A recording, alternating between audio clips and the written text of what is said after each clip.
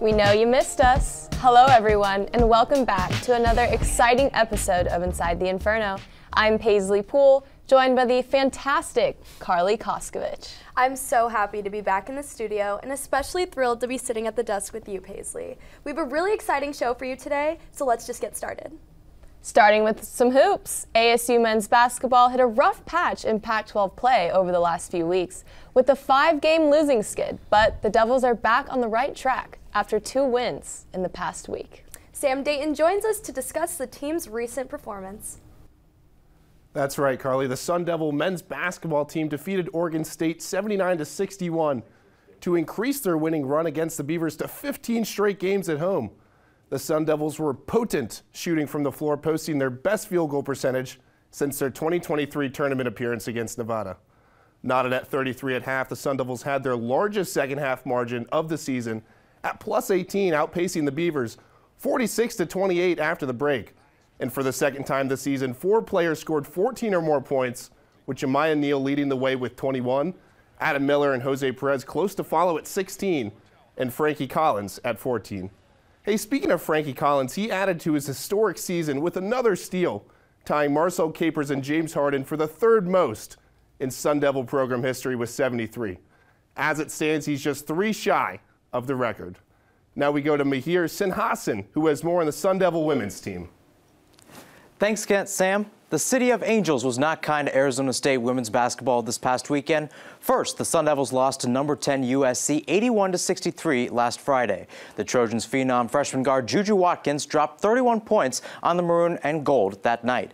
And then the Sun Devils lost to number 9 UCLA 78-45 at Pauley Pavilion on Super Bowl Sunday. Arizona State is back home this weekend to host the Washington Schools at Desert Financial Arena.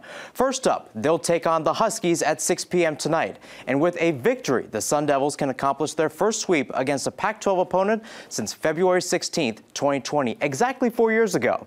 The team they beat on that day? The Washington Huskies. After that, they wrap up the weekend facing the Washington State Cougars. Tip-off for that game will be Sunday at noon.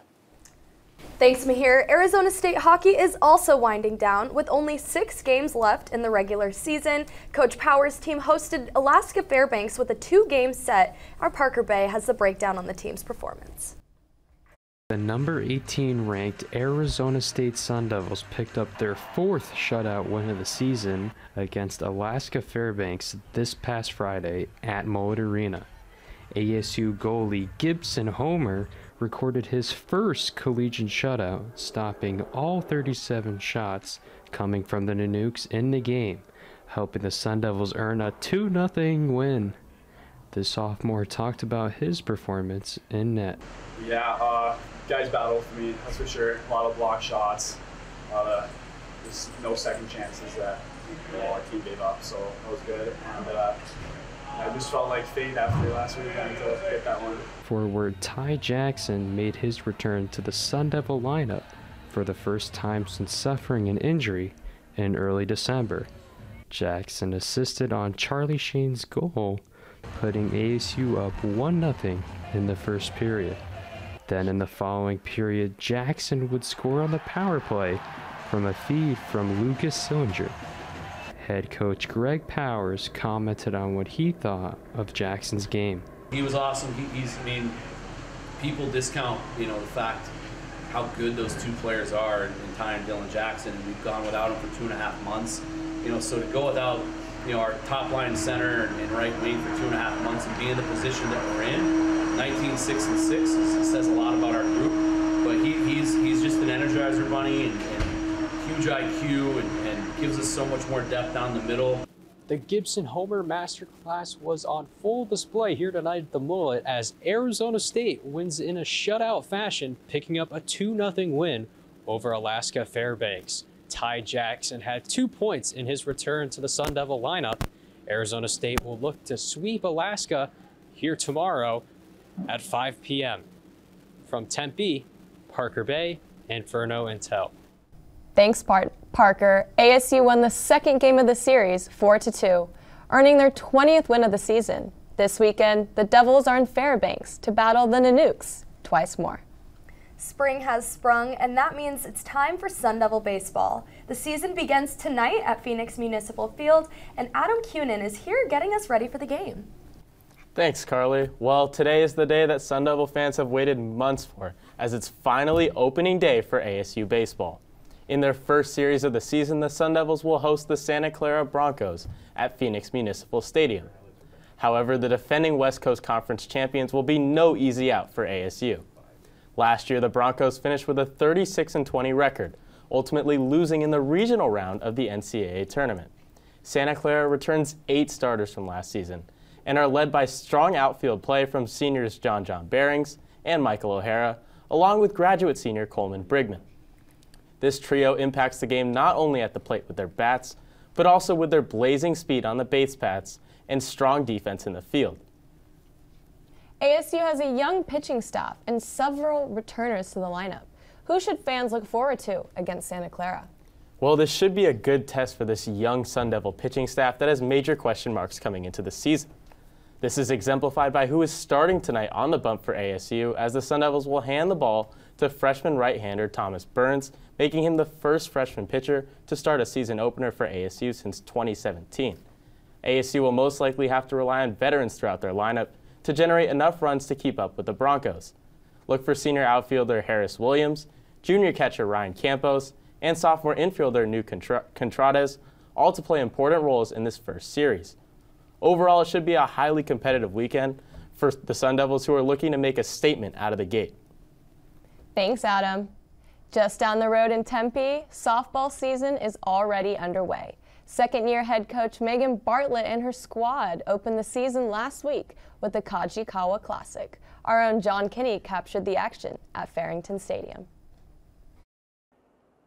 It was a tale of 2 different games for the Sun Devils on Saturday, as Arizona State was defeated by Boise State 6-4 in Game 1 after Arizona State was leading 4-0 in the first inning. But in Game 2, the Sun Devils defeated Maine 9-1 in 5 innings.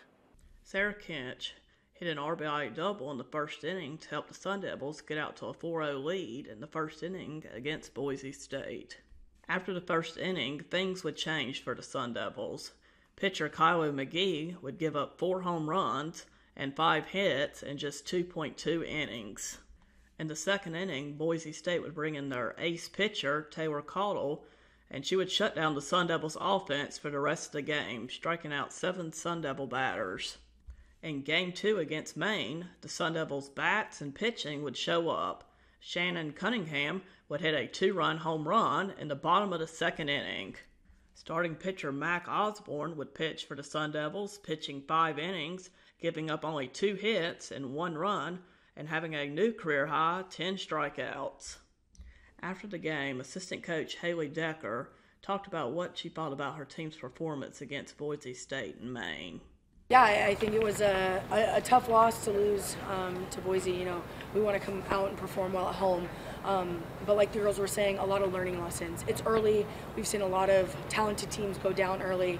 It's just part of preseason. So we're going to take it in stride. We're going to learn. We're going to grow. The Sun Devils are back in action on Thursday when they take on BYU at 5:30 p.m. right here at Farrington Stadium in the Littlewood Classic. In Tempe, John Kinney, Inferno, Intel. The Sun Devils are back in action this weekend in the Littlewood Classic at Farrington Stadium. The Sun Devils started off the Littlewood Classic last night against BYU by defeating BYU 10-6. The Sun Devils were led by catcher Sarah Kinch, where she hit a grand slam in the first inning to give the Sun Devils the lead, after the Sun Devils were down 2-0, heading into the bottom of the first inning.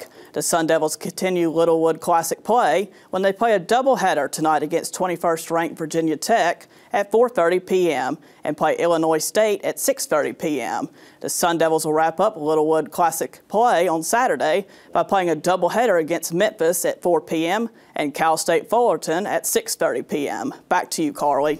Thanks, John. This week marked another chapter in college athletic rivalries as the Arizona State gymnastics teams clashed again with the Arizona Wildcats at McKell Stadium.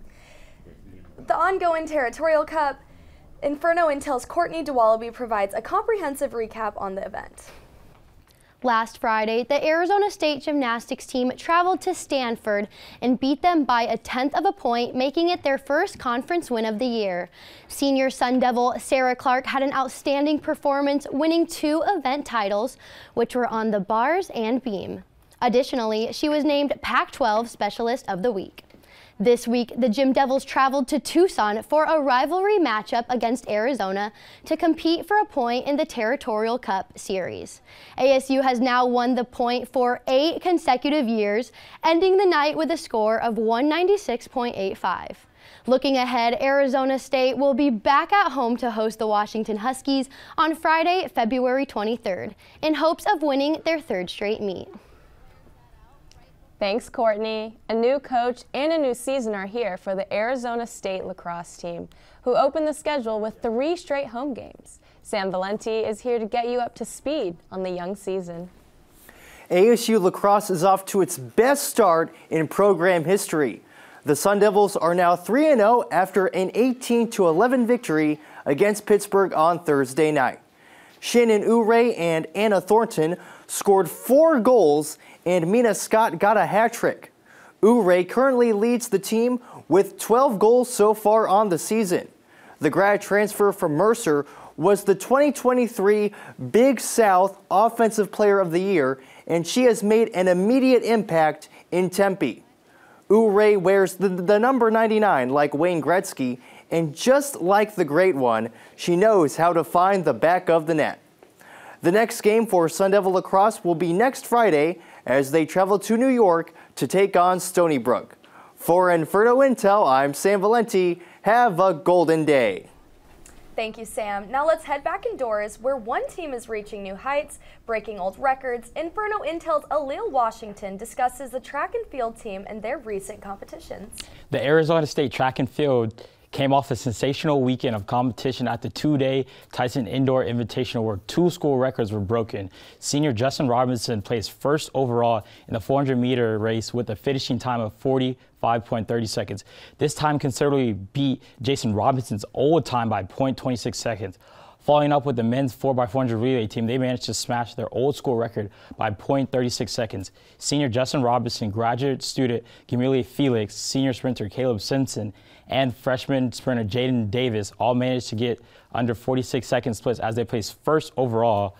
As the Sun Devils concluded this meet, they will look forward to competing in the 2-day Ken Shannon Indoor Invitational this upcoming weekend in Seattle, Washington. Thank you, Alil. Yet another exciting and busy week in the world of ASU sports. I've just had the best time being here with you, Carly. As always, stay up to date on all of these teams and more through our social media at Inferno Intel. Yes, what a show. For in-depth writing content, visit our website, infernointelmedia.com. For Paisley Poole, our incredible crew, I'm Carly Koskovich, and thanks for joining us on Inside the Inferno.